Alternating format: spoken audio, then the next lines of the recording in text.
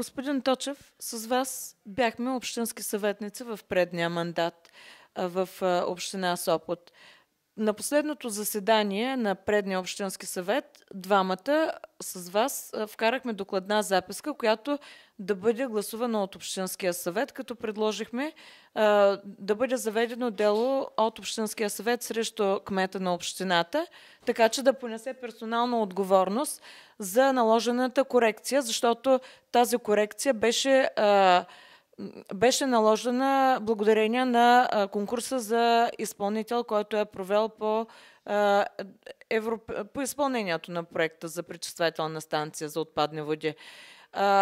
Искам да ни разкажете как продължи работата си следващия общински съвет и какво направиха още на първото си заседание новите общински съветници с мнозинство от ГЕРБ и БСП.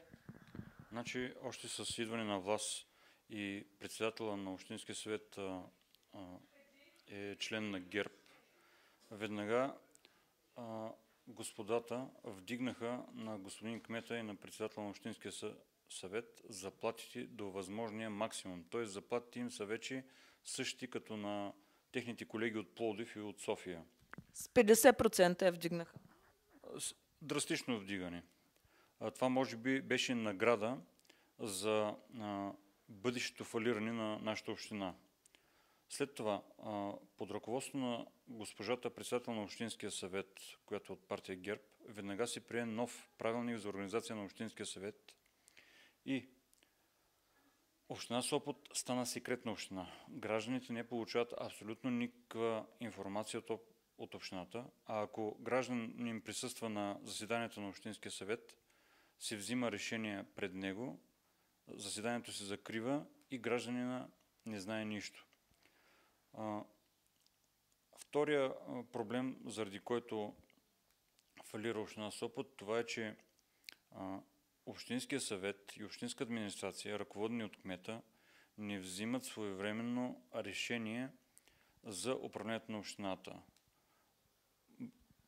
По този казус, който споменахте за тази наша докладна, те въобще приеха такова решение, с което отложиха докладната и благодарение на това общината фалира. Но от тогава, естествено, са изминали вече 3 години. На никой не му е ясно кой ще поеме разходите по този фалит. И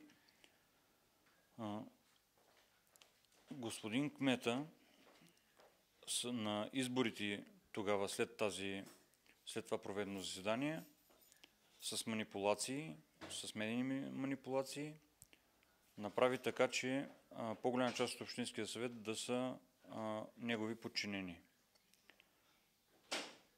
Друга основна причина за фалит на общината, това е, че господин кмета няколко години вече по всички медии твърдеше ежемесечно, че няма наложена корекция по проекта за пречиствателна станция. И това заблуди гражданите на града и по-голямата част гласуваха отново той да бъде кмет на общината. С което те доказват, голямата част от гражданите, че не ги интересува истината, която им предлагахме от партия Атака.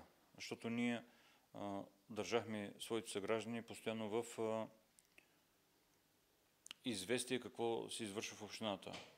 По този начин гражданите вярват на заблудите, на манипулациите, но не и на истината.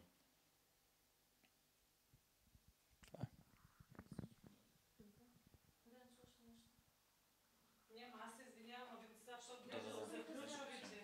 ще се търси ключовите.